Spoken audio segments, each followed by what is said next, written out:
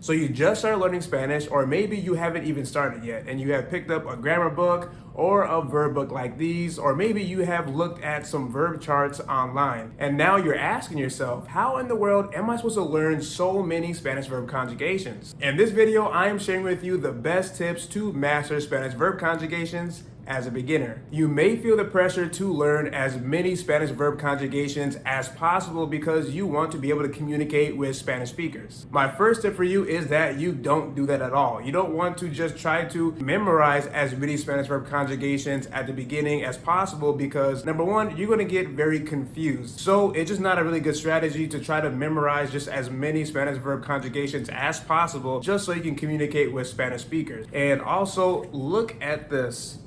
The amount of Spanish verb conjugations that there are is pretty crazy, right? And you can't just use these Spanish verb conjugations any way you want because each of them, I would say, they are pretty distinct and they have their own rules that come with them. Our brains are pretty good at learning new things, but when it comes to these verb conjugations, we need a better strategy than just sitting here and trying to memorize as many as possible. Another reason why it is a bad strategy to try to learn as many Spanish verb conjugations as possible and then all the rules that come with them right away is because you can still have really good conversations in Spanish just by using the present tense. So you don't have to know or be an expert with all of these Spanish verb conjugations just to be able to communicate in Spanish. So as you're starting this journey of learning these Spanish verb conjugations, what I want you to think about is learning them bit by bit or tense by tense and just not all at the same time, because remember, language learning is not a sprint, but it is a marathon. The next tip that I have for you is to focus on the unconjugated verb or the infinitive version of a verb. And you may be thinking to yourself, oh, why would I do that for? Because it's not an actual verb conjugation. And that's because you actually do need to know what the infinitive version is to be able to conjugate the verbs. Let's look at the verb hablar, for example. So we know that this is an AR verb because of the AR ending, and we also know that the to form is going to be hablas in the present tense. But if we look at the verb comer, we know that this ends with ER, and in the present tense to form, it is going to be tu comes. So the ending of the infinitive version of these verbs is our indicator of how we're actually going to conjugate them. Another reason why I recommend focusing on the infinitive version of these verbs is because a lot of other conjugations actually require them. For example, I am looking at the verb abrazar, which means to hug,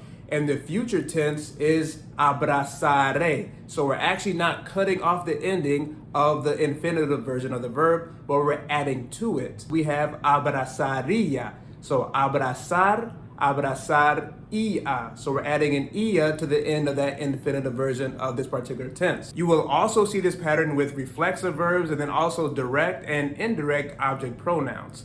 For example, we have casarme, moverse, sentirnos. And then also hablarle, contarle, dale, and echarle. And if you're still not convinced that focusing on the infinitive version of Spanish verbs is important, one thing you should also know is that Spanish speakers use them all the time and not just a conjugated verb. Let me give you an example of this out of the Spanish novel that I'm reading called Corazón tan Blanco by Javier Marías. So on page 125 here, we have reconocer, we have procurar, tener, se encargaba de saber.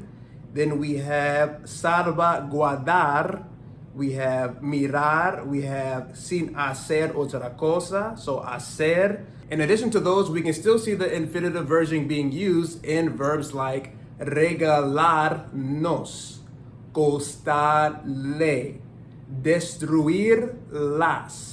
So now I hope you see the benefit of focusing on the infinitive version of Spanish verbs because they are basically going to be the foundation of verb conjugations. They're going to help you really understand the different patterns that you're going to be learning. The next tip that I have for you is to make it fun. So learning verb conjugations can get a little dry, at least for me it is. So it's kind of easy for me to get bored. So what I try to do and what I try to recommend is make sure that your study time is really fun. For example, at the beginning of this year, I was learning a lot of verbs related to cooking. The strategy that I used to actually try to remember the verb conjugations was using a lot of flashcards, but then also watching YouTube. But then, like literally after a few weeks of doing that, using this strategy, I got extremely bored and then I just stopped doing it. So that's what I mean by make it fun. So don't force yourself to do or to use a specific study strategy that you just don't really like. So try something else. So what I do now actually is make a lot of videos while I'm cooking, and I narrate what I'm doing. I tell stories and things like that that require a lot of different verb conjugations.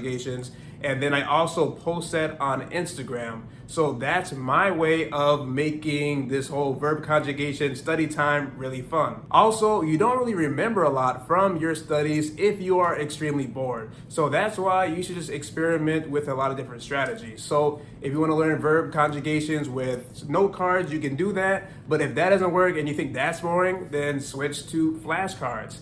Now, if flashcards don't really do it for you, then you can switch to just writing them on a notebook. Or you can do a combination of them, but make sure that you experiment and try to figure out what is the best learning method for you. But a caveat to that is it could actually take some time to figure out what is the best strategy for you to learn Spanish verb conjugations. So you may need to stick with just one strategy for a little bit just to see if it really is the best for you. The next tip that I have for you is to learn Spanish verb conjugations with music. Now, this has been my superpower, honestly, for the past few years to get a lot of exposure to a lot of different verb conjugations, as well to be able to remember them a lot easier, because for whatever reason, when it comes to music in general, we're really good at retaining the lyrics that are in them. There have been so many bachata songs and salsa songs that I have listened to on repeat, but then also singing along with them. But then when I actually looked at the lyrics, I never realized that there are so many verb conjugations actually used in them. And I would have never imagined that there are so many verb conjugations in different songs. So make sure after you watch this video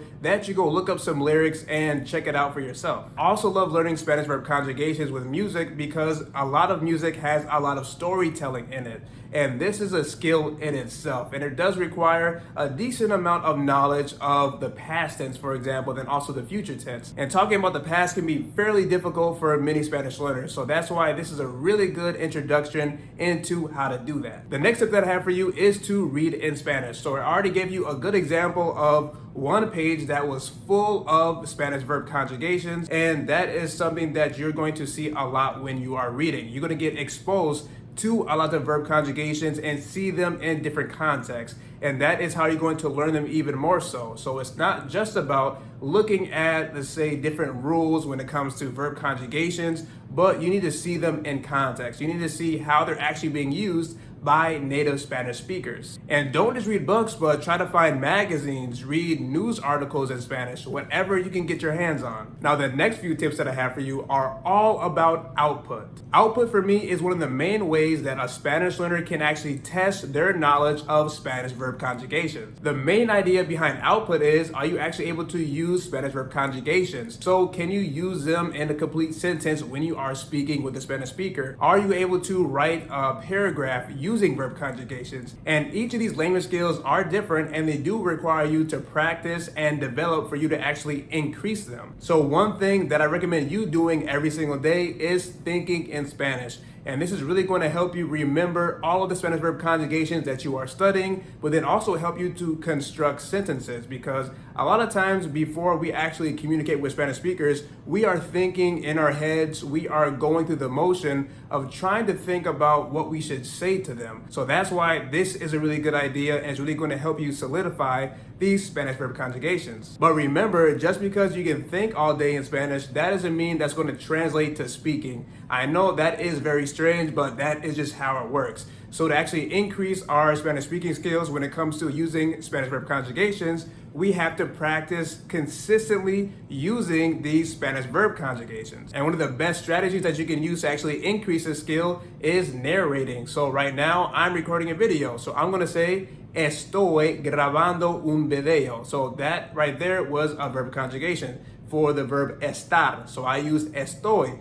But if I'm referring to you, then I'm gonna be saying, tú estás grabando un video. And this is what I love to do, because I create a whole bunch of different scenarios that require me to use a lot of verb conjugations. So I'm narrating what I'm doing, but then I'm also going to narrate what other people are doing in front of me. If I'm walking around, I'm going to say something like, él or ella está caminando. El perro está comiendo. Mi hermana abre la puerta. So there's a whole bunch of different sentences that you can create just by using this narration method. And you can do something very similar with writing. So you can be creating a lot of stories that require you to use a variety of different Spanish verb conjugations. So talking about the past, talking about your desires for the future, talking about the present, and again, just making a whole bunch of different stories, being very creative and doing a lot of narration. All these different things are really going to help you be able to understand how to use Spanish verb conjugations and also test your knowledge on them. Another language skill that you should develop for your Spanish verb conjugations is your listening comprehension. So this is not really related to output, but it's related to input, what you are consuming and what you are hearing. And this can be quite a challenge as well for Spanish learners because, again, this is a different type of skill from speaking and from reading and from writing when it comes to verb conjugations, because now you're trying to figure out if a Spanish speaker is actually saying one of them. And that's a whole process in itself. As you can see, there's a lot that goes into learning Spanish verbs. But now I hope you feel more confident and less overwhelmed when it comes to learning Spanish verb conjugations. If you want to learn more about Spanish verbs, make sure that you tap or click on the screen to watch some more videos. If you found this video valuable and you would like to support my channel, you can donate directly on my Buy Me a Coffee page. The link is down below in the description box of this video. Esto es Spanish Blueprints y nos vemos en el próximo video.